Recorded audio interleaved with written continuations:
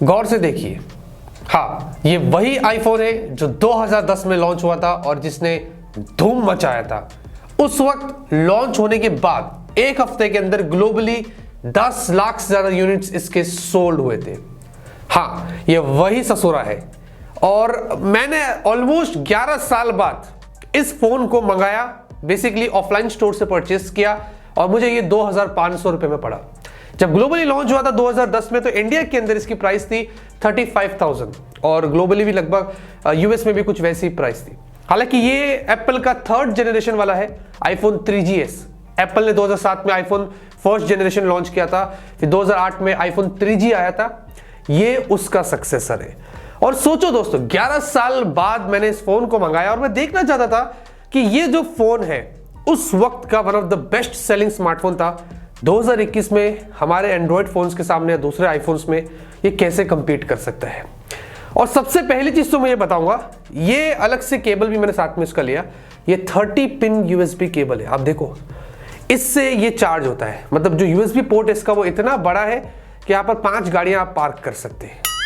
मैं सीरियसली कह रहा हूं, ये टाइम था दोस्तों उस वक्त का जहां पर हम ऐसे मोटे मोटे पिन से जो वो चार्जिंग वगैरह करते थे। अब यहां पर दोस्तों ये जो फोन है इसकी साइज देखिए, पहले तो उसकी साइज देखिए, ये पूरे एक हाथ में आ जाता है और उस वक्त दोस्तों ये एक मास्टरपीस था। मतलब मैं जब 2010 में गया था स्टडी करने के लिए लंदन में, मेरे भाई ने सबसे पहला फोन ये लिया था, उसका ये पहला फोन था और उसने इसमें फोटो क्लिक करके मैं जब उसके पास बैठा उसने मुझे पिंच टू जूम दिखाया। मैं फर्स्ट टाइम अपनी लाइफ में 2010 में पिंच टू जूम देखा था। जो फोटो उसने क्लिक किया था वो अपने फेस पे जूम कर रहा था और मैं ऐसा शॉक्ड हो गया। मैंने बोला यार क्या बात है, यार क्या बात है, सीरियसली।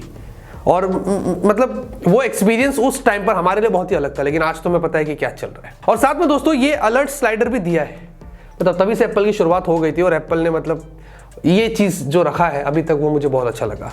और इसकी जो बिल्ट है वो पूरी पॉलीकार्बोनेट है और आपको पता है ये कितना ज्यादा चौड़ा है, ये 12.3 mm की थिकनेस पर है, मतलब कितना चौड़ा सा है। और साथ में 135 ग्राम्स, वेट काफी लाइट वेट है, लेकिन ऐसा कर्व्ड होने के चक्कर में एप्पल ने उसको बहुत ज्यादा चौड़ा कर दिया।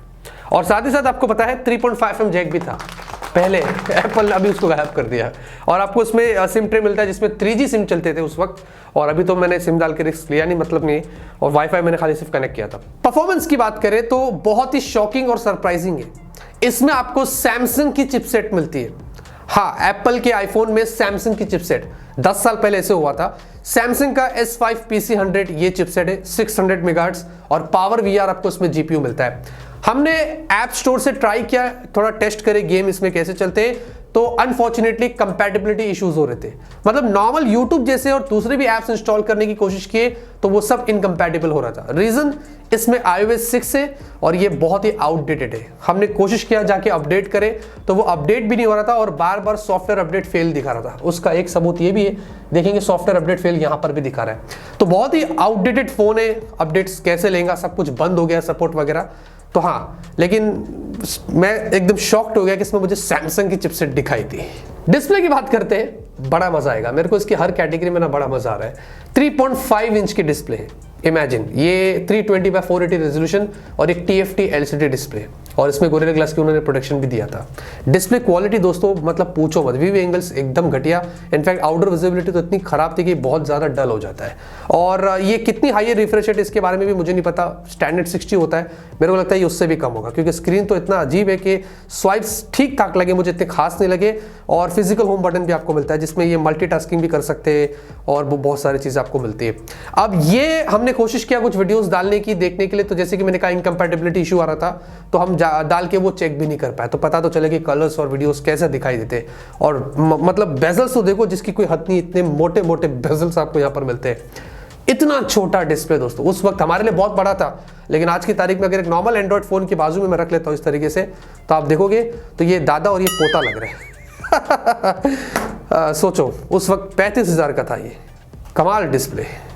स्टोरेज और रैम की बात करें, इसमें आपको 16 GB स्टोरेज मिलती है और 256 MB, हाँ 256 MB रैम है। उस वक्त बहुत बड़ा माना जाता था, मैक्सिमम 512 या 1 GB तक का भी आ जाता था। सब बोलते थे अरे 1 GB की रैम क्या बात है। इसमें 256 MB है। हम ऐप ओपन करते हैं, आराम से ओपन होता है, फिर होम बटन दबाए आराम से बाहर निकलता है। वो बोलता है बिंदास रहो, टेंशन मत लो, इतनी घाई किस बात की है। तो कुछ ऐसा एक्सपीरियंस मेरा यहाँ पर हुआ। मल्टीटास्किंग भी ट्राई की है तो ठीक था, उस वक्त के लिए सुपर फास्ट है, अभी ये गोबर फास्ट है। लेकिन सबसे कमाल की चीज इसमें थी वो इसका कैमरा है। I mean literally camera sensor देखो कितना छोटा सा है, इतना तो हमें छोटा नॉच मिलता है फोन में। खैर ये 3.2 मेगापिक्सल कैमरा है, 480p मैक्स वीडियो शूट होता है 30 fps पे, और इसमें आपको अंदर एक स्लाइडर भी दिया है वीडियोस के लिए। वैसे सेल्फी नहीं मिलती है अनफॉर्चुनेटली, और फोटोज तो मतलब सुभान अल्लाह, उस वक्त के लिए तो ये बहुत बढ़िया था। लोग बहुत ही क्रेजी हो जाते, जैसे कि मैंने आपसे कहा फोटो क्लिक करके जब मैं पिंच टू जूम करके देखता था तो मुझे बहुत अच्छा लगता था। लेकिन आज के ज़माने में मुझे लगता है कि 2-3 हज़ार के फ़ोन में भी आपको नहीं मिलेगा ये, सीरियसली, क्योंकि ये क्वालिटी बहुत ही अजीब और बहुत ही अलग ही लेवल की थी। तो यस, इस तरीके का आपको कैमरे के थोड़े बहुत सैंपल्स भी दिखा देता हूँ, आप देख लीजिए। आई मीन सोचो यार दोस्तों, 11 साल पहले का ये फ़ोन है और उस वक्त के फोटोज आप देख रहे कुछ इस तरीके से होते थे, और हम उस वक्त समझते थे यार क्या बात है, क्या फोटोज निकल कर आए हैं। और वीडियो भी देख लीजिए, थोड़ा टाइम पास किए थे हमने घर के अंदर ही, तो इस तरीके की क्वालिटी आपको मिलती है। तो यस, क्या ही बोलूँ मैं आपको, कोई ऑटो फोकसिंग नहीं, कुछ नहीं, बस चल रहा था तो लोगों को अच्छा लगता था। और बैटरी की बात करूँ दोस्तों, आपको बताया इसमें 1400 mAh की बैटरी है। हाँ, उसके बाद भी कितना मोटा है देखो। और साथ में एप्पल ने उसी वक्त क्लेम किया था कि 5 to 6 आवर्स का आपको बैकअप मिलेगा, नॉट बैड। लेकिन आपको बताया जब मैंने इसको यूज किया तो पहले तो मैं अगर बताऊं, मैंने इसको 100% चार्ज किया, फुल पावर ऑफ करके छोड़ दिया था। दूसरे दिन आया, ऑन किया तो 88% हो गया। मतलब ऑफ करने के बाद भी बैटरी कंज्यूम हो रही थी, वो कहां से हो रही थी समझ नहीं आ रहा है। उसके बाद फिर मैंने उसको ऑफ किया, फिर चेक किया थोड़े टाइम बाद आके तो 65% हो गया। और अभी भी दोस्तों मैंने जब ये 65% से स्टार्ट किया और ये लगभग 58% पर आके अटका हुआ है। तो कुछ किया ही नहीं मैंने, अभी ज्यादा वीडियो बना भी नहीं, ना यूज किया हो यहाँ खड़े खड़े। बैटरी तो पानी की तरह बह रही है। तो फिर भी दोस्तों मैं क्या बोल रहा हूँ उसके बारे में समझ नहीं आ रहा, लेकिन हाँ यार उस वक्त हमारा टाइम था यार, हम क्या पागलों की तरह। तो इतना ही दोस्तों इस वीडियो के अंदर। मेरा इस वीडियो का मकसद सिर्फ यही था, एक तो आपको कुछ नया बताना था, और ऐसी सीरीज अभी समझो आज शुरू हुआ है तो अभी आगे और भी हम बहुत सारे फर्स्ट करके प्रोडक्ट्स आपके लिए लाएंगे।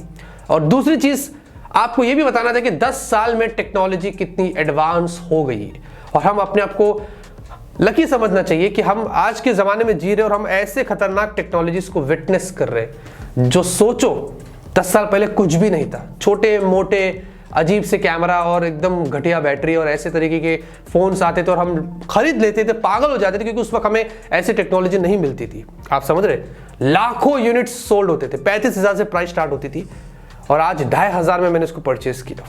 कहाँ से कहाँ हम आ गए दोस्तों। बहुत ही एक कमाल का एक्सपीरियंस है, और उम्मीद करता आपको ऐसा वीडियो पसंद आएगा तो मुझे बताइए, ऐसे और वीडियोस लेके आएंगे। वीडियो को लाइक करिए, शेयर करिए, दूसरों को भी बताइए कि ये है iPhone 3GS। तब तक के लिए ऑलवेज कीप स्माइलिंग।